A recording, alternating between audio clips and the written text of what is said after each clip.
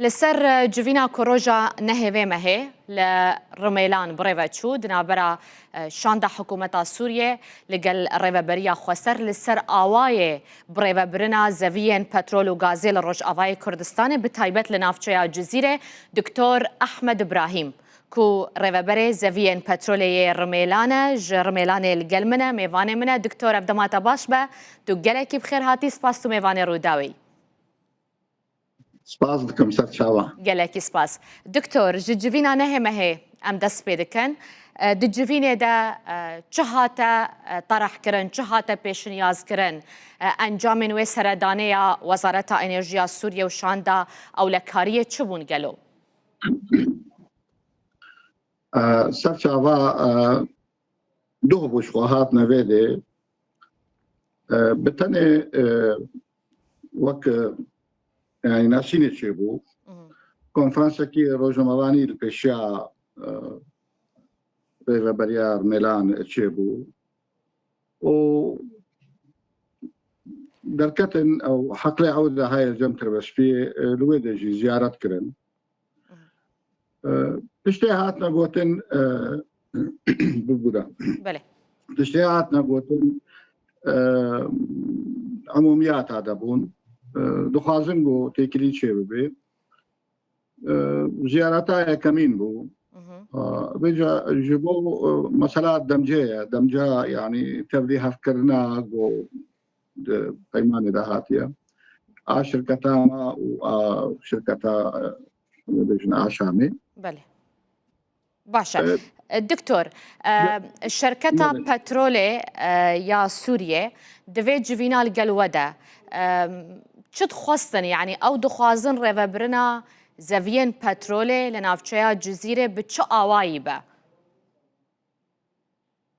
أنا تشتكي ولو نهاتا قوتن بالتاني تشتي هاتا قوتن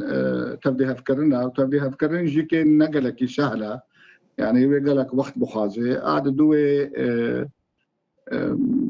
وأصولك تبدي هذكرناها بجبر مجيكي وكبو ديارة مشركتك في دي أواكرية تقريبا شهر صالة أمكار دكين ريبريكا ماهايا يعني أواجيكي تشتي جران نقوتن يعني تاني اعتبار كرن هاتن وكاد سبيكي بوجبو جيبا جيكرنا قيمانا بوشيبو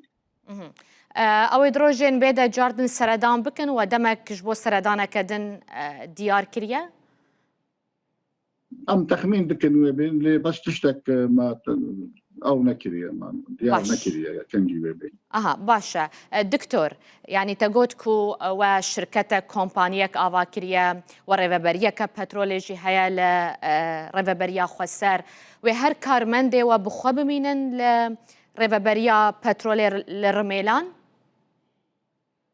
كارماندي ما تثبيت كرنده بوتن يعني شفهي بوتن ده كارماندي ومن نفسها وام كشي او ناكن وامر بريا وجهك ام شي خجناي وأبن كارمندين وزارة انرجية يا طاقة يا سوريا هي اتفاق نبويا وقت يقوم اتفاق كير يعني وش اخي وكا وش اخي وبن وقتي نا اتفاق شي نبو كيرو كديه وش اخي وهي نا وقتي ويا ام ذات شتا او بكن باشا ويتكار من ديوان بينكو يعني هرتم لريفبريا بترول الرميلان دوام بكن لقلوة نو نرين وزارة انرجية يعني في كومبانيا وان شركة وان او جهين ديانا او جهين نكتيا ادا نصلان باشا دكتور لريفبريا بترول يا الرميلان چند كار من ديوة هنا يعني الرميلان وحموس سكتوري بيفا جريداي اواجي او رقم ما خصت مدى واجي بنافي ايجو مكرنا كاردا وايجو كاربندي بري دولتي معبون جما زيدي 4000 انسان زيدي 4000 كارمندن اف هجمار تيريتكي بس يان بيوستيا وب كارمندن زيدة ترجي هاي الفي سكتوري حالي حاضر بس كأمزين لغورغو أو دبيجن ويتشي وقت بيجن تطوير ديفلوبمنت شي بتشندي شي بين ويش أخي أم كارن ويش أخي جاردي هر بكل مو حالا يعني كارمان ديما كيم ترجع إيجو بري بشركة سورية بون إني تبي 6000 أبون إما كيم ترجع ودويا حالي حاضر كلامك كي أمزي المستقبل الشيء بدا عندنا باشا دكتور أحمد چند زوين بترول نها دبن دستي ودا ما يدبن دست حلاطة ودا سكتوري رميلان تبدأ التسليم هذا نابي سكتوري رقم يكا رميلان السويدية كراتشوكا حمزة آلية يا سازابا يا عودة يا دجلة يا أفهموا إيرو يعني سكتوري رميلان بقشتي دستيم هذا أم يعني أم مريضة إنتاج جيد باشا إنتاج برهم آنينا روجانة يافان كيلغهان يافان بيرين بترول دقهجة چقاسي؟ من كلام هاي أم روجانا 110,000 برميل إنتاج بكن دي مخابن أنها نتيجة ريزر في أوارتي بوشي بويا حبكي كيب بويا قلق بيري ما نتكا دنا نكا مخبجين واقعا يعني ظرفة كي أوارتها دور حفتها 1000 برميل 2000 برميل 2000 برميل أمها روجانا إنتاج تكن أها تقول بري 110,000 برميل بون روجانا؟ عبالي 110,000 برميل أمكان إنتاج بكن وقت ظرفة أوارتها جكان جيفا وداخصية بو 7,000 برميلان؟ يعني تقريبا 11,000 وجه. كي جان زفيه نكارن خوبجهين وعنها؟ هنا حموها بس يعني نوقفوا أم خازن مكارن بيري سكيني أو بكينا مكارن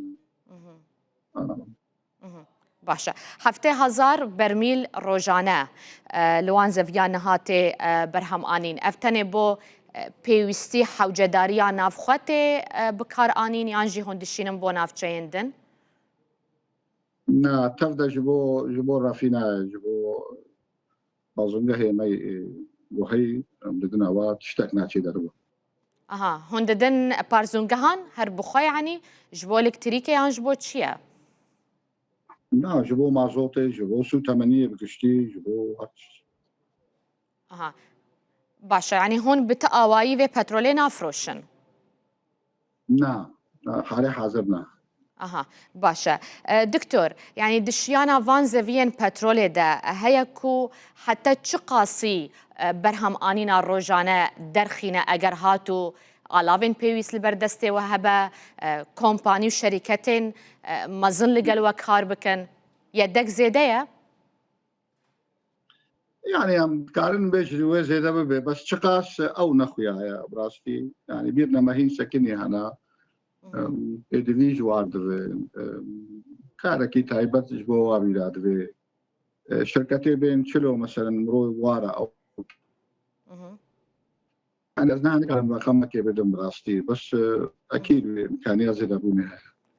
تشركة جدرفا بيواندي ورا كرنا دكتور كو خستاوان هبا لرميلانو كالجهدن وبرهناني بكن نفطي درخينن أنا خير كثير مرة تكلينا كلي بس ده أو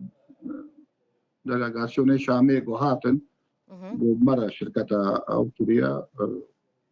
دخيا دبرنا ديدا أنا إما شتي مجوافة عن كده إما هي ندانا از گلکی سپاسیاتتکم دکتور احمد ابراهیم رهبر زوین پترول رمیلان رمیلان تو میوان ما بوی تو گلکی بخیر هاتی